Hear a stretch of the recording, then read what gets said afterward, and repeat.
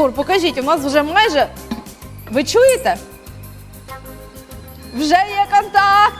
Хвилина! Я не знаю, ну скільки пройшло часу? 1,5 хвилини.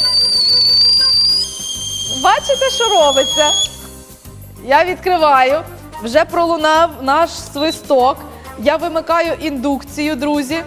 Тому що я не можу поставити на наш стіл. До речі, стіл не продається, плита також.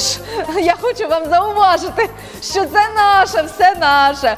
А вам на вибір червоний, такий бордовий, красивий, або чорний чайник. Ну подивіться, 2 хвилини вже закипіла вода. Ви бачите, як швидко? Це індукція. І це, я вам хочу сказати, це не електрочайник, це звичайний чайник на будь-яку плиту.